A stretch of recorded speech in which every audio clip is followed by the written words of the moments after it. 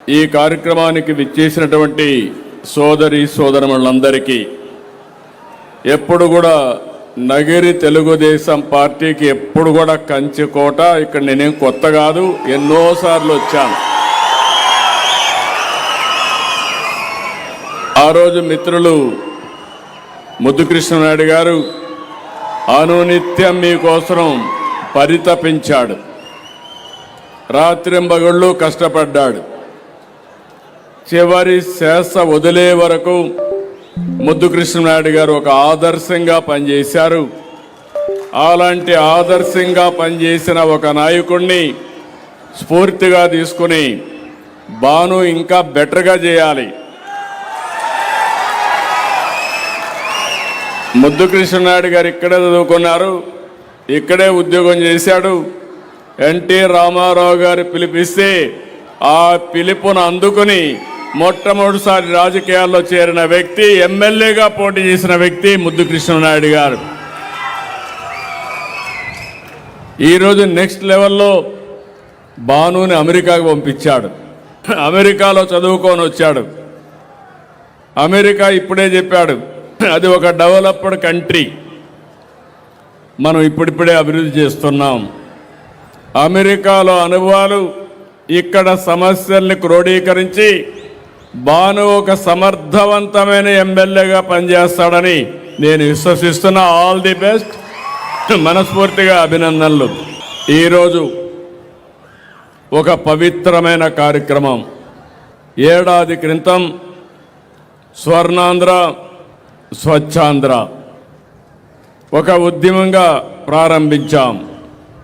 ప్రతి నెల 3వ శనివారం అనగానే నాకు గుర్తొస్తుంది, అక్కడి నుంచి పనిచేయడం మొదలు పెడుతున్నాం.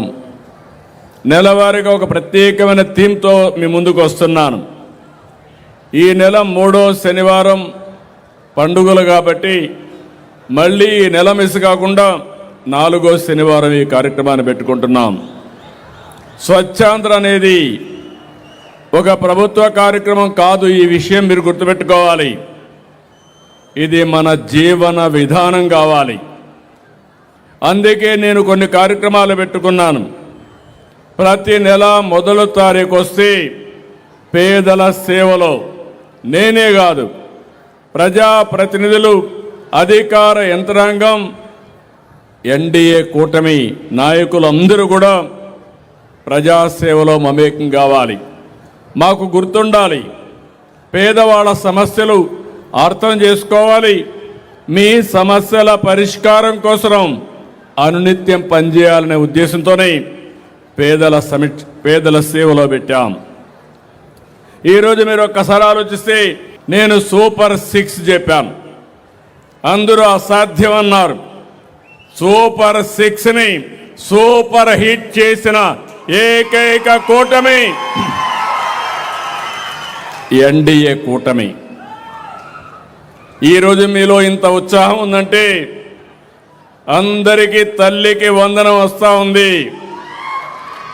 స్త్రీ శక్తి కింద ఫ్రీగా బస్సులో ఎక్కడికి కావాలన్నా మా ఆడబిడ్డలందరూ తిరిగే పరిస్థితికి వచ్చారు. అన్నదాత సుఖీభవ సమర్థవంతంగా అమలు చేస్తున్నాం. దీపం 2 కింద 3 సిలిండర్లు ఉచితంగా ఇస్తున్నాం.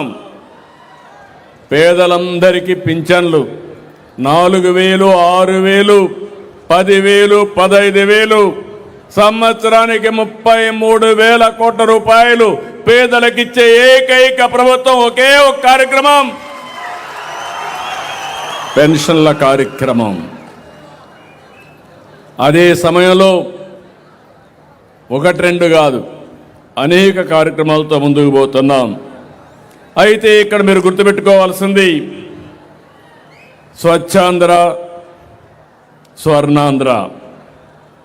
మనం పీల్చే గాలి స్వచ్ఛంగా ఉండాలి, మన పరిసరాలు పరిశుభ్రంగా ఉండాలి, మనం తాగే నీళ్లు సురక్షితంగా ఉండాలి, తినే తిండి కాలుష్యం లేకుండా మనం తినే తిండి కూడా బాగా ఉంటే ఆరోగ్యం బాగుంటుంది. మంచి తిండి రావాలంటే మంచి నీళ్లు దొరకాలంటే మనం వేసే పంటల భూమి కూడా స్వచ్ఛందంగా ఉండాలి. ఇవన్నీ చేయాలంటే మన ఆలోచనలు కూడా స్వచ్ఛంగా ఉండాలి. చెడు ఆలోచనలు పెట్టుకొని నేరస్తులు రాజకీయాలు చేస్తే ఏమవుతుందో మనం గతంలో చూసాం. అలాంటి స్వచ్ఛమైన ఆలోచనలు ఉంటే తప్ప ఈ రాష్ట్రానికి, ఈ దేశానికి భవిష్యత్తు ఉండదని చెప్పి కూడా నేను మీకు తెలియజేస్తున్నా. నేను ఒక లక్ష్యంతో మీ దగ్గరికి వస్తున్నా. నేను ఈరోజు కొత్త కాదు. ఈరోజు ఈ కార్యక్రమాన్ని ఇంట్రడ్యూస్ చేసింది మీరు చూస్తే నరేంద్ర మోడీ గారు స్వచ్ఛ భారత్ కార్యక్రమం పెడితే నన్ను చైర్మన్గా పెట్టి 10 మంది ముఖ్యమంత్రులు, అధికారులు అందరం కలిసి దీనికి విధి విధానాలు తయారు చేశాం. భారతదేశం స్వచ్ఛ భారతదేశం వైపుగా ముందుకు పోవాలని, అదే మరి ఆంధ్రప్రదేశ్ రాష్ట్రాన్ని స్వచ్ఛ ఆంధ్రప్రదేశ్, స్వర్ణాంధ్రప్రదేశ్గా చేయాలని ఈ కార్యక్రమాన్ని పెట్టుకున్నాం.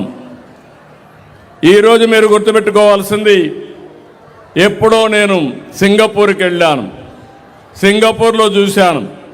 సింగపూర్లో చూస్తే రోడ్లు పరిశుభ్రంగా ఉంటాయి, ఆలోచన స్వచ్ఛంగా ఉంటుంది, గాలి స్వచ్ఛంగా ఉంటుంది, అందరికీ ఆదాయం పెరిగింది.